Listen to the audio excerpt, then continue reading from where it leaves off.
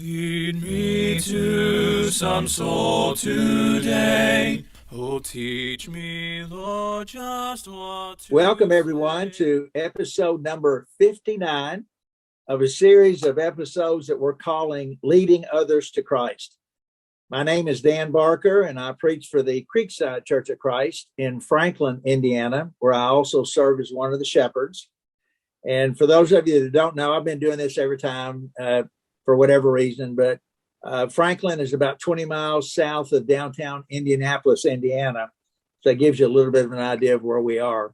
Those of you that know me, you know that I'm passionate about our subject today and passionate about the title of our podcast, Leading Others to Christ. And I have been ever since I obeyed the gospel when I was 21 years old in Owensboro, Kentucky. And I've always wanted to listen to others that are involved in evangelism. I've read everything, not everything, the things that I'm aware of. I grab them and digest whatever is being taught, and to better equip myself to be able to do this work. And in 2020, Matt and I were talking, and we came up with this idea pre-COVID, or a COVID project, we call it, of doing a podcast where we would reach out to the men and women, fellow workers out there that are doing this, that are teaching, having Bible studies, and find out where they are, how they're doing their work, and how they make the contacts that they are. And just it's really been fascinating. As I said, this is episode number 59, and probably 80% of the people that we've had on here I've never met face to face. So we've just met through Zoom, which is one of the wonders, I guess you can say, of technology. But and I always try to quote this every time. I always like to go to what Paul said to Timothy in 2 Timothy 2:2. The things that you've heard and learned from me among many witnesses, commit these to faithful men and women who will be able to teach others also. And then later on in the chapter, in verse 21, he talks there and urges Timothy and us as well to be useful for the master. So this whole idea of reaching and teaching others is something that we're trying to stir people up, if you will, not to be negative at all, because we try to keep the whole podcast positive. But there's just a lot of places, not just in the States, but even in the world, where the fire has gone out, or it's flickering, or whatever, and many are not doing this. So we're trying to remind everybody and stir everybody up with this podcast. So today we are so happy to have our guest today is Kenny Marrs. Welcome, Kenny. Thank you. Thank you very much for inviting me. Yes, sir. And we're delighted to have you. We appreciate you taking the time today to do this. And just real quick, Kenny and I, we first met when I had hair. It was back at Florida College when Kenny was a student there, and I was the basketball coach. And so good to see you, Kenny, after all these years. And what we do is we start every episode out with what we call the elevator pitch, or the short bio. I know a lot of people know you, Kenny, but a lot of people don't. If you would just kind of bring everybody up to speed with where you were born, for example, and how old you were when you obeyed the gospel, and some of the things that you've been doing. So just go ahead. The floor is yours. Okay. Without trying to be too boring, I was born and raised in Arizona, born in Tucson, raised in Phoenix. Both sides of my family were members of the church. Grandparents on both sides, they're all very active. Aunts, uncles, cousins, etc. So that was the environment I grew up in. I was 14 when I obeyed the gospel. And when I finished high school, I went to Florida College for a couple of years. And my objective there, my major was social studies. I don't mean humanities and arts. I mean the dates and the ball games and all the social activities. That was my major, and I did quite well in it. And then when I graduated, the only thing I wanted to do was travel. I just wanted to get in my car and go see the nation, see the country, meet new people. I was fascinated when I came to Florida in 1970 and met a whole new culture of people from Alabama and Mississippi, Georgia, Tennessee. It took me a few days to understand what they were saying, but once I broke through the language barrier, I really fell in love with them. And so I traveled for a few years, just living life.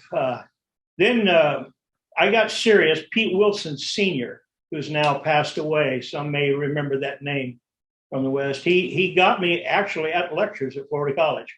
One night he took me off to the side and he said, "When are you going to start getting serious about Bible study?" Wow. And he said it in a very grandfatherly, kind, sweet way, because I had gotten to know him fairly well.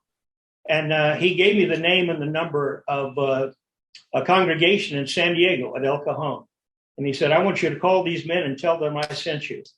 And so when I got back to California, I called them, and they had a preacher training program that I entered for about a year and a half. I thoroughly enjoyed it. Then when I finished with that, I began preaching in northern Arizona. And it was during that time that those fateful moments when I think I just wait on the Lord and let him tell me when it's time. He brought my wife Dewey into my life, and I met her when I was in Arizona. She was from Texas, and we've been married 43 years next week. And we've had 3 children, wonderful kids. They all married Christians. We've had 10 grandchildren, and they all live right now, right here within a mile of us, within Folsom. That's why we came back to Folsom. What happened is that I began preaching Arizona and then Southern California. And things became such that I didn't really like the direction that the education system, et cetera, was going. And that was back in the 90s. And I just thought, let's expose our children to a different culture. They were just getting ready to enter middle school, high school. And so I contacted the church in Vestavia in Birmingham, and we moved there, and that was a wonderful experience. They received us in a way that even the elder said, "We've never seen anything quite like this." The people embraced us. We love them still to this day very dearly. But as a pulpit preacher, I thoroughly enjoyed it's hard to explain. Some preachers may be able to understand that. To be able to direct the minds, get into the hearts of 200-300 people, and then once you have them all together in the same, we're on the same page, then we start moving them closer to the Lord. That's a wonderful feeling. However, after several years of that, I thought, I want to go out and teach other people in other lands. I hear about these missionaries, et cetera, and there was an appeal to that. And I always thought, well, I can't do that. That's not going to happen. And there were 2 events that were seismic shifts in my life. I knew that I wanted to do that. The elders at the congregation where I was working with, they didn't agree with that. They wanted me to stay in the pulpit there and send someone else. My oldest son had graduated school and had gone to flight school. He always wanted to be a commercial pilot. Wow. And he had just gotten a job, which later with United as a pilot. And we, as a result, got flying privileges as parents. We could fly domestically for free, and we could fly internationally for pennies on the dollar. And I saw that there, the Lord's telling me something, because I always wanted to do this, to go overseas. And then when we finished our tenure at Vestavia, I got a phone call from a man by the name of Steve Wilshire. I had known of Steve at Florida College, and Dan, you knew him better than I did because he was your manager for the basketball team there at FC. But Steve called me and he said, when you get this message, come see me at my office. Well, I went to his office. I didn't know. He had a company up in northern part of Birmingham area that had been quite successful. And he said, if you'll come work with me, he said, I'll give you 15 weeks a year to go wherever you want to go to preach. And I was just stunned. And that grew to even more later on. And those two events, my son's employment allowing us to fly, and Steve's leadership allowing us to go. And several times Steve said, I may not always be able to go, but I can always send. And that was the key. And as a result of that, we were able to begin going to Russia. My wife and I would go once, sometimes twice a year. We went there for many, many years, then to Ethiopia, and now to Mozambique. And that has been a wonderful experience for us in so many ways. But Steve made that possible. And I will forever owe a extraordinary debt to him, who opened the door for us. It was like the Lord is saying, all right, Kenny, you've been wanting to do this for many years. Now here's the doors, they're open. What are you going to do? I felt compelled. I had to go. Sure. Wow. We always tell people that when we're talking about doing the interview, I'll try to feed off the things that you say. Wow. I'm going to say, wow, there's a lot of places to go here with what you've said. And that's awesome. Thanks for sharing. Now, one I want to go to is just the blessing. And I know you know this, the blessing, this being able to say that both sides of your family were Christians, your parents and grandparents and aunts and uncles, and you grew up, if you will, around the Lord's people. And what an incredible blessing that is, because many do not have, cannot say that, right? They can't say that. And then this came up in our first interview we did with Benjamin Lee. He preaches in Texas, and he was talking about meeting somebody one time, and he made the comment, well, what if, he said, I started thinking, what if I had never met her? What if I had not started that conversation? And I wrote down, what if, when you mentioned Pete Wilson, what if, right? And we know, but what if Pete hadn't pulled you aside in that grandfatherly way and had that conversation with you, right? Right. Just to plant those thoughts. And did you ever, when you were in El Cajon or San Diego area, did you ever meet Ron and Marie Adams? No, they may have come after me. I'm not sure. Okay. Doesn't ring a bell. I may have. Yes. Yeah. We had interviewed Ron early on in our episodes here, but that's where I met them. Our son lived in San Diego for a couple of years, and we got to go out there, which was great. It was great to get out to that part of the world, if you will. Yeah. And then Vestavia, you mentioned them. I had told you just a month or so ago, they'd asked me to come down and speak there, and I got to meet a lot of those people. And, and you're right, really a special group. And so that was the connection I could make with you there by being down there. I love what you said too about it took you a while to learn how to communicate with people at Florida College because of their accents. Oh, I get confused. People tease me all the time. I say, well, I can't speak a foreign language, but I said, wait a minute, I speak Kentucky. So you have to listen, Right. One of the things I ask, and you really have touched on it, but I'm going to try to pull back to it again. And then I want to talk about the work that you've done in teaching and training preachers. But how would you answer this? I think you did partly already, but why, of all the things you could have done, right? Well, all the things you could have done, why are you doing what you do, Kenny? I hope people will take this the way that I'm going to say this. I don't mean this in any kind of self-congratulatory way, but early on, I discovered that I had the ability to do this in a way that others did not. And that was reinforced by many, many comments from many people, and particularly overseas. And I realized, I think this is what the Lord has made me for. Everybody in most disciplines of life they'll look for a way to, what should I do this? And then they'll hit on something that becomes natural, that follows them, and they realize that maybe I was born to do this. And I think much like that, in the respect that when I began preaching, I could see the difference it was making in people's lives, and that I was actually being productive in something. And then when the opportunities came, the sense of obligation to the Lord, where I had prayed for, asked for some of these things to happen, and they weren't happening in local congregations. But when Steve Wilshire called me, the doors swung wide open, and I could not help but feel the Lord is saying, here it is now.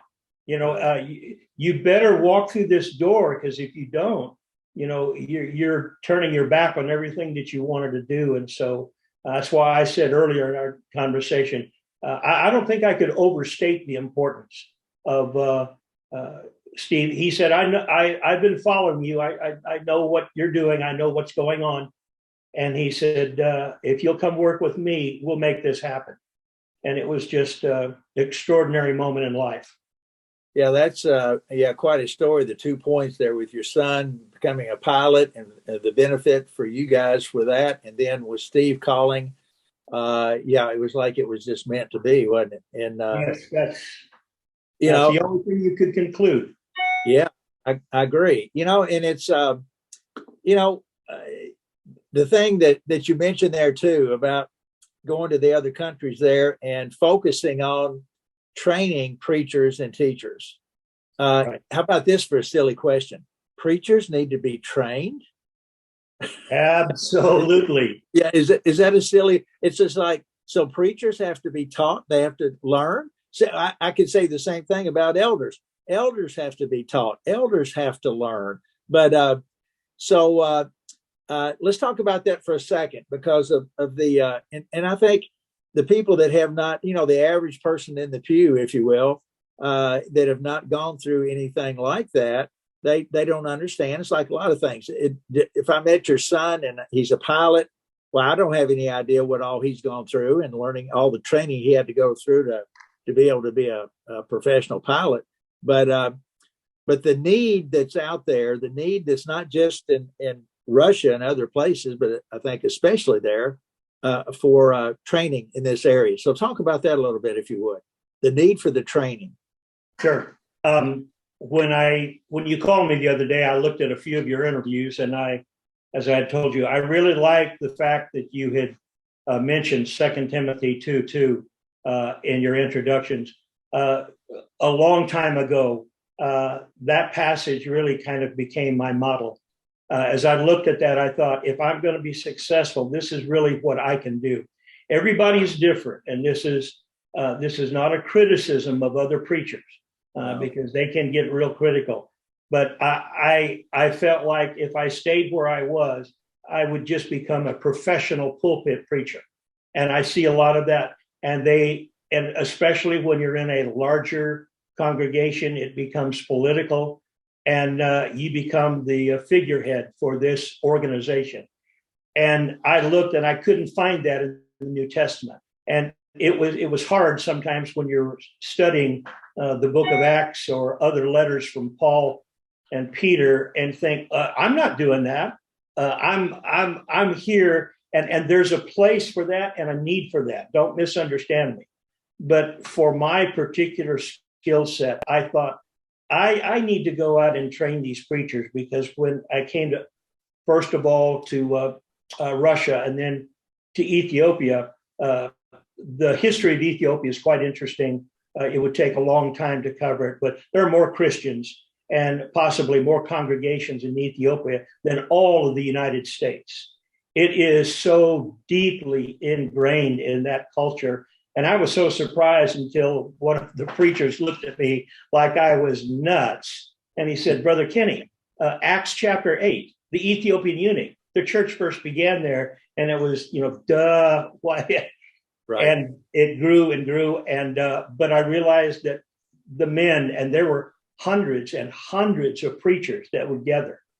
And as a result, many preachers from America started going over there. And Randy Harshbarger from Nacogdoches, Texas, called me the first year. He said, "Would you go with me over there?" Sure, be glad to. This is at the very beginning of my work now as overseas. And then more and more preachers started coming. And it got to the point where I thought, I'm now plowing other people's fields. I want to go somewhere where no one has ever been. And so I talked with Steve, and I contacted a preacher that we knew. I said, "Is there anyone in northern Mozambique, Nampula?" And he says, "Well, I happen to know the Secretary General of the Church of Christ in Mozambique." And really, I've always wanted to meet the Secretary General. And so I emailed him, told him who I was, and said I would come over and I would reserve a hotel for 3 or 4 days. And if you could gather the preachers together, I would like to teach them. And he said, "Yes, we will give the invitation." I said, "How many preachers?" And he said, "Well, probably about 100 from over the northern province." And he said, "Now they won't know each other because they'll be coming from many different places." And I said, "All right." So we started there, and that became the most fruitful work because the Catholic Church, they were fighting against it, but they had put into a system just like the Catholic Church. So in my second year, I laid up a diagram of the Catholic Church and then the diagram of their church, and they were identical. And I said, there are no offices, in the New Testament. And at that second year, the Secretary General, his name was McGuy. He told me, he said, "You are right. I'm resigning my position. I am no longer the Secretary General of the church." And to make a very, very long, involved, interesting story very short, he and about 10 or 15 other preachers broke away from the mainstream institutional denominational church in Mozambique. And he now has proved to be a very faithful teacher.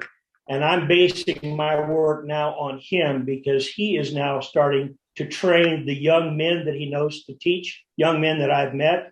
And I thought, this is 2 Timothy 2:2. Yeah. The key part of that verse is the middle phrase, finding faithful men. Faithful men. So I thought, if I can go here for 3 or 4 years and find one faithful man that I can put my trust in, he can be the catalyst for more preachers, more teaching, more Christians, more churches. And that is exactly what has happened in the last 2 years. He's constantly needing more Bibles and songbooks for brand new Christians in congregations that they have now established just within the last 2 years. And so I hope, Lord willing, to go back there in the spring and get this thing fully set up so we can keep this thing going for a long time. I've had a chance to go to 2 times to Sierra Leone and Jamaica a couple of times, and the Sierra Leone was a fantastic experience. And but it's like, and I went to Africa. This is when I was in college. We won the NCAA tournament, and the State Department sent us to 7 countries around Central Africa. So I was exposed to that world, if you will, when I was real young. I wasn't a Christian then, but just the excitement that I can hear in your voice of what you've been able to see and be involved in. And myself, I've not been able to be involved in anything quite like that, and others that are listening to this. And that's why I think it's so important to tell these stories so people can go, wow, I just didn't understand. I didn't know, because, we grow up in California or in Alabama or Kentucky or wherever. And so many, what they know about the church is what they know about the local congregation. Those are things that they've been exposed to. And they, talk about a bigger picture or what else is going on out there. So many people, they're just not aware, are they? No. And then especially when you get in there and start working with those that want to learn, that are like Timothy, that are willing to, and your guy there that gave up his title of Secretary General of the, people don't realize what that is. I mean, yeah. I'm sure there was a salary probably associated with that, and he had to make all those kind of changes. And but I just find that fascinating. Maybe we do another interview where we have more time. But stories. Well, let's. I always have one section of it where we talk about. And Matt, can you believe it? We've got 5 minutes left. Yeah. That's we might. I don't know. We might. Okay, I got it, Matt. He always gives me a. You can hear the ding in the background. I always talk about a conversion story, and I know you've got several, but tell me about one that comes to mind that you'd like to share with everyone of somebody that was led to Christ because of situation and efforts that you were involved in. After my second or third year in Nampula, training the preachers, one afternoon during a break, one of the preachers came up to me. His name was George. And he said, Brother Kenny, I want to introduce you to someone. And there was a man who was in his, I would say, early 40s, very slight built, very quiet. And he said, last year, I went up to a village in the mountains, and I asked the elders of the city if I could stay there for 3 days and preach to them the gospel of Jesus. And the elders said, yes, you can. Who's Jesus? Wow. And so he got up there and he preached in that village. The entire village was there. One of the men heard him and said, would you come to my house?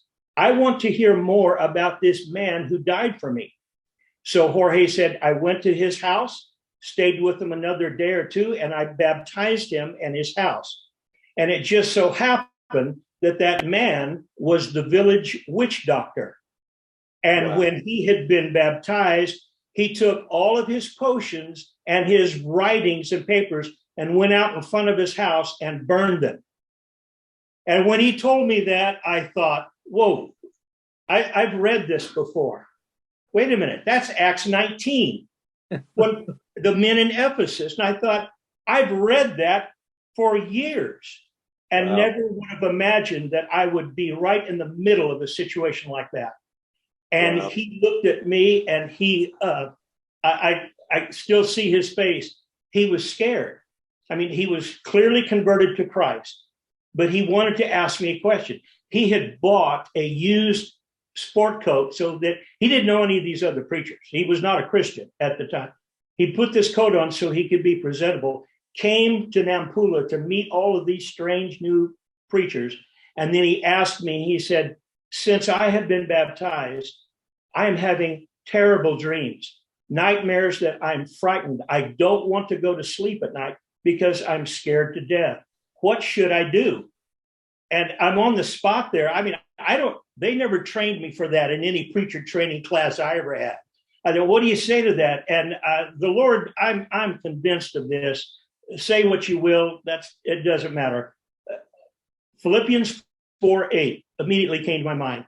Whatsoever things are true, whatsoever things are noble, whatsoever things are virtuous, think on these things. Yes. And so I took a piece of paper and I wrote in their language, had to write Philippians 4:8. And I said, go home and read this verse 3 or 4 times a day, each day, read this. And he said, okay. And then it dawned on me. I just gave a prescription to a witch doctor. Wow. Wow. That never, ever would have happened if I had stayed preaching a Wednesday night class in a metropolitan area the rest of my life. No. That wouldn't have happened. You know what? Maybe you need to write a book, and the title would be, I gave a prescription to a witch doctor. Yeah. I ran into some witch doctors in Sierra Leone. So it's, and again, just to be able to say that, yeah. And people look at you here, that haven't had that opportunity, like, what in the world are you talking about? But wow, what a story, Kenny. That's amazing.